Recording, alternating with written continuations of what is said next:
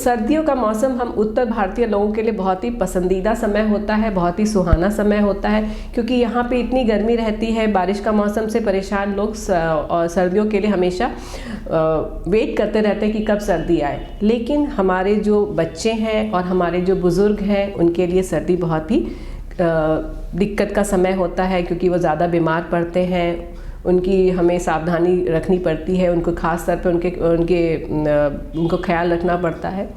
तो सर्दियों के मौसम में मैं यही बोलूँगी कि परेशान होने से अच्छा है कि हम कुछ माताओं को ये बता पाएँ कि उनको ये पेरेंट्स ये समझ जाएं कि हमें बच्चों को किस तरह से उनके ख्याल रखना है। तो अब जैसे हम बच्चों की बात करते हैं तो नवजात शिशु आ जाते हैं जो 1 साल के नीचे हैं और जो 1 साल के ऊपर है। तो नवजात शिशु में बहुत सारे प्रॉब्लम्स होते हैं। जब बच्चे प्रीटर्म पैदा होते हैं तो उनमें और दिक्कतें होती हैं। तो सबसे पहले हम अगर न्यूबॉर्न्स का केयर समझें तो न्यूबॉर्न के लिए सबसे इम्पॉर्टेंट है टेम्परेचर मेंटेन करना। और क्योंकि ये बच्चे इतने छोटे होते हैं, इनमें ग्लूकोज की भी कमी होती है, वो मेंटेन नहीं कर पाते अपने ग्लूकोज को, तो हाइपोग्लाइसीमिया का भी कॉम्प्लिकेशन होता है। तो हम यही बोलेंगे कि इस तरह के बच्चों को हम लोग घर में एकदम सुरक्षित रखें, घर को गर्म करके रखें, उनके आसपास के वातावरण को साफ़ रखें, अच्छे तरीके से उनको कपड़ा पहना के रखें, टोपी, ग्लव्स, मिटन्स जो होता है, स्वेटर और डायपर अगर हो सके विंटर सीज़न में तो उनको पहना के हम लोग रख सकते हैं, क्योंकि हमें ये रखना है कि बच्चे को गर्म रखना है। साथ में बच्चे को कंगारू मदर केयर के हम लोग कहते हैं, स्पेशली जो प्रीमेच्योर बच्चे होते हैं, छोटे बच्चे होते हैं, जो 2 किलो 2.5 किलो के बीच के बच्चे होते हैं। तो उससे क्या होता है कि माँ के संपर्क में ये बच्चे रहते हैं तो माँ का दूध भी अच्छे से बनता है, माँ के शरीर की गर्माहट से ये बच्चे गर्म रहते हैं और माँ का स्तनपान का जो स्तर है वो भी बढ़ता है और बच्चे का भी वजन बढ़ता है। तो ये सब जो है नवजात शिशु के लिए बहुत इंपॉर्टेंट है। बच्चे को हर 2-2 घंटे 3-3 घंटे पे दूध पिलाना चाहिए और बच्चे को साफ़ सुथरा रखना है आपको। इसके अलावा छोटे बच्चे जो होते हैं उनका हम लोग कभी कभी मसाज भी करते हैं। तो मसाज के लिए हम यही बोलेंगे कि जो घर में अवेलेबल ऑयल है, इसमें नारियल तेल हम लोग इस्तेमाल कर सकते हैं, जैतून का तेल, बादाम का तेल, और इनको हल्के हाथ से मालिश करना है। मालिश से क्या होता है कि बॉडी में एक टच होता है, मदर बेबी बॉन्डिंग बनती है, साथ में बच्चे के शरीर में गर्माहट भी पैदा होती है। मसाज बहुत जेंटल, कहने का मतलब यह है कि बहुत रिगरस नहीं होना चाहिए, उससे कॉम्प्लिकेशंस भी होती हैं। और मसाज धीरे धीरे करके नीचे से ऊपर की तरफ होनी चाहिए और दिन में ये 10 से 20 मिनट तक करना चाहिए। इसको आप 2-3 बार कर सकते हैं। इसके अलावा माँ का दूध सिर्फ पहले 6 महीने में बच्चों को देना है और ये हर 2-2 घंटे पे बच्चे को माँ का दूध पिलाना है।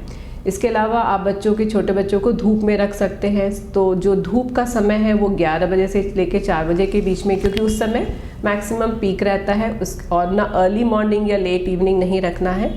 बच्चों को 20 से 25 मिनट तक धूप में रखिए, उनके कपड़े को खोल के, ताकि उनको शरीर में गर्माहट पैदा।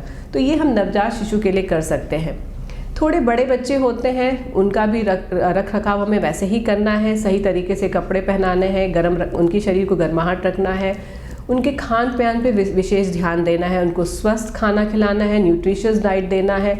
अभी के मौसम में बहुत सारे सब्जियां मिलती हैं, बहुत सारे फ्रूट्स मिलते हैं, तो हो सके सब सब्जियों को उबाल कर उनको खिलाएं या फिर सब सब्जियों को मिला के उबाल के उनका सूप बना के बच्चों को दे सकते हैं। साथ में थोड़े और बच्चे बड़े हों तो आप जितने भी ड्राई फ्रूट्स हैं उनको भी आप पाउडर मिक्स करके उनको मिल्क में ऐड करके दे सकते हैं। इन सब चीज़ों से शरीर में गर्माहट बनी रहेगी। साथ में समय समय पे बच्चे का जो टीकाकरण है वो ज़रूर करवाएं। सफाई रखें। हल्का फुल्का सर्दी ज़ुकाम होता है तो बच्चों को निकटतम डॉक्टर के पास ज़रूर दिखाएं। बच्चों को भी धूप का सेवन करना चाहिए। धूप से ना तो सिर्फ गर्माहट ही नहीं बल्कि विटामिन डी का भी सेवन होता है, जिससे कि बच्चे की हड्डियां भी मजबूत होती हैं और उनकी इम्यूनिटी भी मिलता है। तो अगर हम लोग ये 3-4 चीज़ें करेंगे तो हमको लगता है कि हम इन सर्दियों को आराम से काट सकते हैं और हम सर्दी जो सुहाना मौसम है उसका हम लोग आनंद भी ले सकते हैं और हमारे बच्चे भी स्वस्थ रहेंगे। क्या क्या नहीं करना चाहिए इसमें यही होगा कि आप ठंडा खाना नहीं खाएं। सुबह का जो ठंडक हवा रहती है उसमें तुरंत सैर करने या बच्चे को बाहर ना भेजें। मैक्सिमम आप कोशिश कर सकते हैं कि जो स्वेटर पहने, ग्लव्स, टोपी ये पहन सकते हैं। इसके अलावा जो लोग घर में आग जलाते हैं ताकि बच्चे को गर्म रखे, वो ना करें, क्योंकि उससे पोल्यूशन ही होता है, बच्चे को खांसी होने की संभावना होती है। तो ये सब ना करें, और गर्म खाना खाएं, पौष्टिक खाना खाएं, फ्रेश खाना खाएं। यही बोले क्योंकि अभी के मौसम में बहुत सारी हेल्दी वेजिटेबल्स हैं जिनको कि हम रॉ भी खा सकते हैं, मतलब कच्चा भी खा सकते हैं, स्प्राउट्स का सेवन कर सकते हैं। और आप बच्चों को अगर वैरायटी देंगे तो ये बच्चे 1 साल के ऊपर के बच्चे ज़रूर खाना पसंद करते हैं, और उनको हम लोग उस तरह का फूड आइटम्स, जितने भी लीफी वेजिटेबल्स हैं, आप पालक का सूप बना के दे सकते हैं, गाजर, इन सबको मिला के खिचड़ी बना के खिला सकते हैं। तो इन सब चीज़ों से हम लोग को लगता है। इसके अलावा आप ठंडा खाना मत खिलाएं, जंक फूड नहीं खिलाएं, अननेसेसरी दवाइयाँ नहीं करें। सर्दी खांसी हो रहा है तो दवाई करा रहे हैं। बहुत यंग मदर होती है और घर में बहुत सारे फैमिली मेम्बर्स होते हैं जो कि उनको हमेशा यही बोलते थे कि आपके कारण बच्चे को सर्दी हुआ है, या आपको बुखार था तो बच्चे को बुखार हो गया, आप दिन भर पानी में काम करते रहते हो तो बच्चे को बुखार हो गया है, सर्दी हो गया। ऐसा नहीं है। सर्दी ज़ुकाम का मौसम में ज़रूरी है, ये हो सकता है कि बच्चे को सर्दी ज़ुकाम हो जाए, क्योंकि एक वायरल इन्फेक्शन होती है सर्दी, और ये फैलने वाला टेंडेंसी रहता है। लेकिन माँ के दूध के अलावा कोई भी चीज़ सर्वोत्तम नहीं है, इसलिए कभी भी किसी भी समय माँ का दूध से बच्चे को वंचित ना करें। जितना हो सके माँ का दूध पिलाएं।